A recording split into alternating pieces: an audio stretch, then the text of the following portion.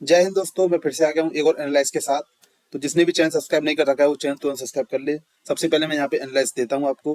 तो चलिए स्टार्ट करते हैं अपना video. What is the GDP और जीडीपी की फुल फॉर्म यहाँ पे पूछिए आपसे कि जीडीपी क्या होता है और जीडीपी की फुल फॉर्म क्या होती है। तो जीडीपी की फुल फॉर्म होती है ग्रॉस डोमेस्टिक प्रोडक्ट। तो थोड़ा इसके बारे में बात कर लेते हैं क्योंकि हो सकता है आने वाली शिफ्टों में इससे प्रश्न आपको देखने के लिए मिल सकता है, थोड़ा डीपली भी क्वेश्चन जा सकते हैं। सकल घरेलू उत्पाद जीडीपी एक विशिष्ट समय अवधि के दौरान किसी देश में उत्पादित सभी वस्तुओं और सेवाओं को के कुल मूल्य को मापने का एक तरीका है। यह किसी देश के आर्थिक स्वास्थ्य में मापने का एक सामान्य तरीका हो सकता है। ठीक है। जीडीपी की गणना कैसे की जाती है? तो यहाँ पे आप देख रहे हैं किस तरीके से गणना की जाएगी। सकल घरेलू उत्पाद किसी देश के भीतर सभी उत्पादन इकाइयों से सकल मूल्य वर्धन का योग है। सकल मूल्य वर्धन उत्पादन और मध्यवर्ती उपभोग के बीच का अंतर। जीडीपी में उत्पादों पर एक भी शामिल है और उत्पादों पर सब्सिडी घटा दी गई है। जीडीपी में क्या शामिल है? सकल घरेलू उत्पाद में बाजार में बिक्री के लिए उत्पादित वस्तुओं में सेवाएं शामिल हैं। इनमें सरकार द्वारा प्रदान की जाने वाली कुछ गैर बाजार उत्पादन जैसे शिक्षा और रक्षा सेवाएं भी शामिल हैं। जीडीपी क्यों महत्वपूर्ण है? जीडीपी महत्वपूर्ण के काफी सारे कारण है। मैंने यहाँ पे आपको 2 से कारण लेके आपको समझाया है। जीडीपी का कारण हो सकता है जैसे सकल घरेलू उत्पाद में परिवर्तन किसी देश के समग्र आर्थिक स्वास्थ्य के लिए लोकप्रिय संकेतक है। जीडीपी का उपयोग विभिन्न देशों में आर्थिक स्थिति की तुलना करने के लिए किया जाता है। ठीक है। अब यहाँ पे हमारा क्वेश्चन है, फल खट्टे क्यों होते हैं? तो फल खट्टे होने का कारण होता है यहाँ पे खट्टे फल एसिड की वजह से होते हैं और खट्टे फलों में विटामिन की भरपूर मात्रा होता है। खट्टे फलों का सेवन ताजे फल के रूप में किया जाता है या फिर उन्हें जैसे जैम, जेली, कैंडी के रूप में भी तैयार किया जाता है। तो इसमें जो सबसे ज्यादा क्या मिलता है हमें, जो मतलब जो खट्टे फल होते हैं उसमें सबसे ज्यादा हमें विटामिन सी देखने के लिए मिलता है। Citrus fruits are rich in vitamin C. हाल ही में कौन सा देश ब्रिक्स समूह में शामिल हुआ है? जो हमारे ब्रिक्स समूह है उसमें हाल ही में कौन सा देश जो शामिल किया गया है? और इसमें बात करते हैं तो 2024 में मिस्र, एथियोपिया, ईरान, सऊदी अरब और संयुक्त अरब अमीरात भी इन समूहों में शामिल थे। ब्रिक्स समूह में एक नया देश शामिल किया गया है, इंडोनेशिया। अब इस समूह का 11वां सदस्य बन गया है। तो किसे शामिल किया गया? इंडोनेशिया को। भारतीय संविधान में स्वतंत्रता का अधिकार कहाँ से लिया गया है? भारतीय संविधान में स्वतंत्रता का अधिकार अमेरिका संविधान से लिया गया है। भारतीय संविधान के अनुच्छेद 19 से लेकर 22 तक स्वतंत्रता का अधिकार शामिल है। स्वतंत्रता के अधिकार में यह अधिकार शामिल है भाषण और अभिव्यक्ति की आजादी, शांतिपूर्वक इकट्ठा होने की आजादी, संघ या यूनियनों बनाने की देश आजादी, पूरे देश में घूमने की आजादी, धर्म की आजादी। इन अधिकारों पर कुछ प्रतिबंध भी लगाए जा सकते हैं। ये प्रतिबंध भारत के संप्रभुता, सार्वजनिक व्यवस्था, शालीनता और नैतिकता के हित में लगाए जा सकते हैं। अब इसके लिए मैंने एक स्पेशल वीडियो बना रखा है ऑलरेडी संविधान के ऊपर, जैसे जैसे इसमें बहुत ही बढ़िया बढ़िया मैंने क्वेश्चंस वहां पे लिए हैं जो कि संविधान में एसएसटी जीडी में आने की पूरी पूरी संभावना है। तो यदि आप भी संविधान से रिलेटेड क्वेश्चंस पढ़ना चाहते हैं तो मैंने उसको नीचे लिंक आपको दे रखा है डिस्क्रिप्शन में। आप जाके सिंपली उस लिंक पे क्लिक करके उस वीडियो को देख सकते हैं। और बाकी आप मेरे टेलीग्राम चैनल से भी जुड़ सकते हैं जिसमें मैं आपको सारे लिंक्स और सारी जितनी भी पीडीएफ मेरी यहाँ की होती हैं वो सब मैं आपको टेलीग्राम पे प्रोवाइड कराता हूँ। तो टेलीग्राम का भी लिंक आपको नीचे मिल जाएगा, आप जाके टेलीग्राम वहाँ पे ज्वाइन कर सकते हैं। हम यहाँ बात करते हैं भारत और पाकिस्तान के बीच में 1960 में किस जल संधि पर हस्ताक्षर किए गए थे? भारत और पाकिस्तान के बीच में जल संधि हुई थी उसमें 1960 में जो हस्ताक्षर किए गए थे वो कौन सी जल संधि थी? तो चलिए इस पे बात करते हैं। भारत और पाकिस्तान के बीच में 19 सितंबर 1960 को सिंधु जल संधि पर हस्ताक्षर किए हुए थे। इस संधि पर तत्कालीन प्रधानमंत्री जवाहरलाल नेहरू और पाकिस्तान के राष्ट्रपति अयूब खान ने हस्ताक्षर किए थे। इस संधि को लागू करने के लिए विश्व बैंक से मध्यस्थता की थी। इस संधि के तहत सिंधु नदी प्रणाली के पानी का बंटवारा किया गया था। इस संधि के तहत सिंधु, झेलम और चिनाब नदियों के ज्यादातर पानी पाकिस्तान को दिया गया। वहीं रावी, ब्यास और सतलुज नदियों का पानी भारत को दिया गया। इस संधि के तहत सिंधु नदी प्रणाली में पानी का इस्तेमाल करने के लिए दोनों देशों के अधिकार और जिम्मेदारियां तय की गईं। इस संधि के तहत लिंक नहरों, बैराज और ट्यूबवेलों के निर्माण के लिए प्रावधान किए गए थे। मैं आपको जो भी क्वेश्चंस बता रहा हूँ इनको थोड़ा अच्छे से ध्यान से पढ़ते चलिए, इन्हीं में से आपको कहीं ना कहीं क्वेश्चन देखने के लिए शिफ्ट में आगे में मिलेंगे। 1026 में किसने सोमनाथ मंदिर पर हमला किया और लूटा? तो यहाँ हम बात करते हैं साल 1026 में गजनी के सुल्तान मोहम्मद महमूद गजनवी ने सोमनाथ मंदिर पर हमला किया और उसे लूटकर नष्ट कर दिया था। वह हमला गुजरात के चालुक्य वंश के खिलाफ किया गया था। इस हमले के बारे में ज्यादा जानकारी के बारे में हम बात करते हैं। यह हमला 8 जनवरी 1926 को हुआ था। यह हमला महमूद गजनवी का भारत पर 15वां हमला था। इस हमले में महमूद की सेना ने कड़े प्रतिरोध का सामना किया था। इस हमले के बाद महमूद गजनवी को मूर्ति भंजक की उपाधि मिली।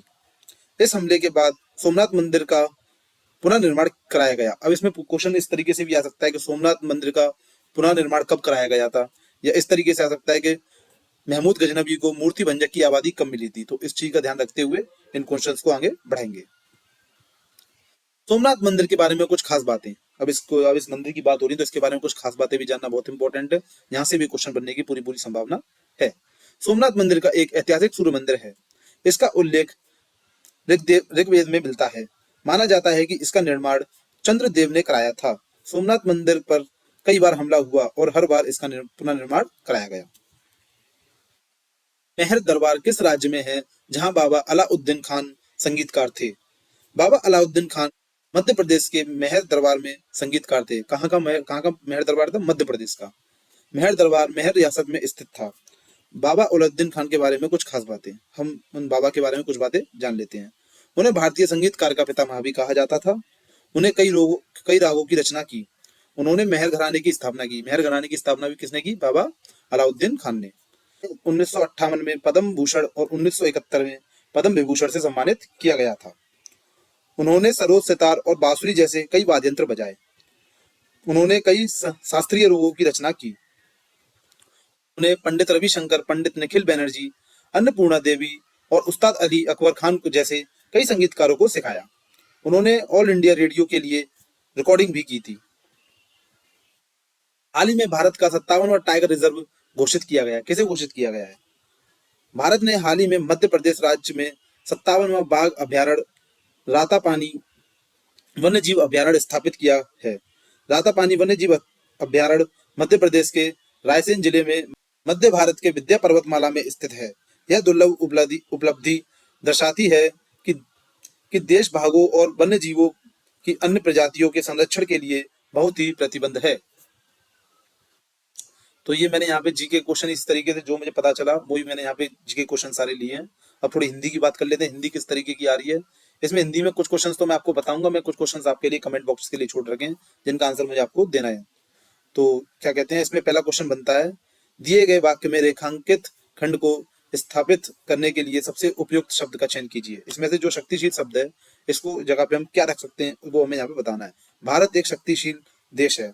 तो यहाँ पे हमारा जो सही ऑप्शन जो बैठ रहा है इसमें हमें 4 ऑप्शन दे रखे हैं, शक्तिशाली, प्रतिभाशाली, धनी और विकसित। थोड़ा हम इसको इस तरीके से भी कर सकते हैं कि भारत एक शक्तिशाली देश है, ये तो हमें दे रखा है, लेकिन इसमें हमें एरर ऑलरेडी पहले दे रखा है, तो हम प्रतिभाशाली लगाएंगे तो प्रतिभाशाली सही नहीं लग रहा है। जैसा कि हम सभी जानते हैं हमारा भारत जो भी विकसित देश है, तो इसका आंसर क्या हो जाएगा? भारत हमारा जो है विकसित देश है। कैसा देश है? विकसित देश है। यही हम दूसरे क्वेश्चन की बात कर लेते हैं। तो विश्व में हर एक 5 व्यक्ति में से 4 व्यक्ति विकासशील देश में रहते हैं। तो यहाँ पे हर एक की वजह हमें क्या लगाना है? यहाँ पे तो प्रत्येक 5 व्यक्ति इसका आंसर हो जाएगा।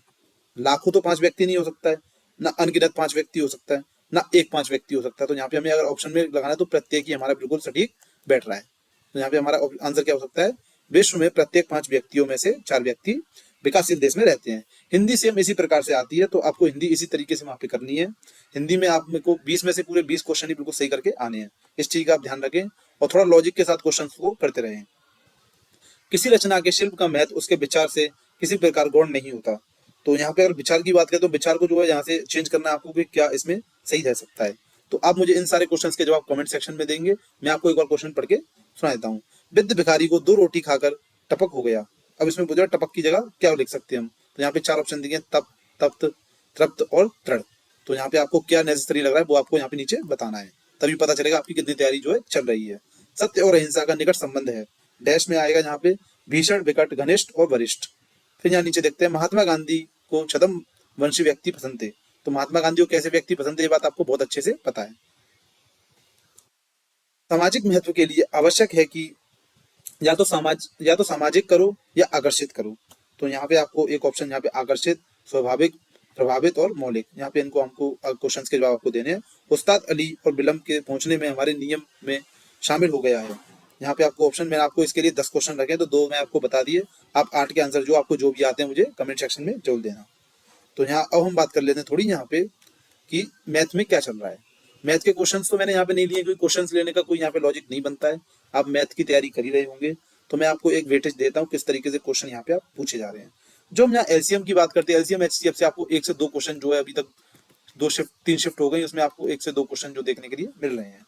प्रॉफिट और लॉस के लिए भी लगभग आपके 2 क्वेश्चन ही यहाँ पे देखने के लिए मिल रहे हैं। डिस्काउंट से 2 से 3 क्वेश्चन मिल रहे हैं, इंटरेस्ट से भी 2 से 3 क्वेश्चन आपको मिले जा रहे हैं। रेशियो प्रपोर्शन की बात करें तो यहाँ से आपको 2 क्वेश्चन, मेंसुरेशन से 2 क्वेश्चन लगभग, और परसेंटेज से आपका 1 क्वेश्चन आया है, और डिस्टेंस और स्पीड के आपके 2 क्वेश्चन। यहाँ हम बात करें, यहाँ हम देख सकते हैं कि हमारा जो है वेटेज अच्छा खासा है। आप इजीली इसकी आपकी तैयारी आपकी होगी, तो आपको इसी वेटेज के हिसाब से मॉक टेस्ट लगाते रहना है। जिनका भी अभी आगे आने वाली शिफ्ट्स में एग्जाम है, इस चीज का बिल्कुल भी ध्यान रखें कि इसी तरीके से आपको पैटर्न वहां पे देखने के लिए मिलेगा। अब यहाँ हम बात कर लेते हैं रीजनिंग की। तो रीजनिंग में एनालॉजी के हमारे 3 क्वेश्चन आ रहे हैं, अर्थमेटिक के लिए हमारे 2 क्वेश्चन आ रहे हैं, और जो फिगर्स होते हैं उसमें 2 से 3 फिगर आपको इजीली वहां पे देखने के लिए मिल रहे हैं। सिमिलरिटीज भी आपको 2 क्वेश्चन आपको सिमिलरिटी के मिलेंगे। डायरेक्शन का 1 क्वेश्चन आया है अभी एक शिफ्ट में, बाकी अभी डायरेक्शन क्वेश्चन देखने के लिए यहाँ पे नहीं मिल रहे हैं। सेटिंग अरेंजमेंट के क्वेश्चन आपको बहुत अच्छे, मतलब एक कह सकते हैं मॉडरेट लेवल के मिल रहे हैं, जिसमें आपको थोड़ा दिक्कत होने वाली है। सेटिंग अरेंजमेंट के क्वेश्चन आपको जो है मॉडरेट देखने को मिल रहे हैं, तो इसका आप ध्यान रखिए। थोड़ा सेटिंग अरेंजमेंट की थोड़ा अच्छी प्रैक्टिस कर लीजिए, तो ज्यादा से ज्यादा जो है हो सके। कोडिंग डिकोडिंग के 2 क्वेश्चन मिल रहे हैं, क्लॉक से अभी तक कोई क्वेश्चन देखने को यहाँ पे नहीं मिला है। तो मैं आशा करता हूँ आपको वीडियो समझ में आया होगा। जिस किसी का भी आगे आने वाली शिफ्ट्स में एग्जाम है, उनको बहुत बहुत बेस्ट ऑफ लक्स उनके लिए, जो अपना एग्जाम जो बहुत अच्छा दे के आए। पेपर इजी टू मॉडरेट आ रहा है, पेपर ज्यादा हार्ड है नहीं। अगर आप सोचे कि कट ऑफ भी कम जाएगा, तो इसका कट ऑफ भी कम नहीं जाने वाला है। उस हिसाब से आप पूरे क्वेश्चन जो 80 से 80 क्वेश्चन पूरे अटेम्प्ट करके चले, क्योंकि नेगेटिव मार्किंग आपकी पता आपको 1/8 की है। कितने लोगों को ये बात नहीं पता थी कि 1/8 की नेगेटिव मार्किंग है, मुझे कमेंट सेक्शन में जरूर बताएं। और आप ये चीज देख सकते हैं, तो नेगेटिव मार्किंग हमारी 1/8 की है। तो आप ज्यादा से ज्यादा अगर आप 8 क्वेश्चन गलत करते हैं, तो आपका 1 नंबर कटेगा। तो आप मेरे ख्याल से तुक्का लगाएंगे, तो तुक्के में से कम 2 क्वेश्चन तो सही कर ही देंगे, तो आपको कहीं ना कहीं उसमें फायदा होने वाला है। तो आप इस चीज को सोच के अपने तुक्के लगाएं, और इस चीज का विशेषकर ध्यान रखें कि मुझे किस तरीके से वहां पे करना है। तो चलिए मैं अपनी वीडियो को यहीं पर समाप्त करता हूँ। आशा करता हूँ आपको वीडियो पसंद आया होगा। मैंने अपने सारे चैनल्स के नीचे लिंक दे रखे हैं, मेरे चैनल को जो सब्सक्राइब कर लें, और जिस किसी को वहां पे जुड़ना है, आप वहां पे भी टेलीग्राम पे मेरे साथ जुड़ सकते हैं, मेरे साथ बातचीत कर सकते हैं। जय हिंद।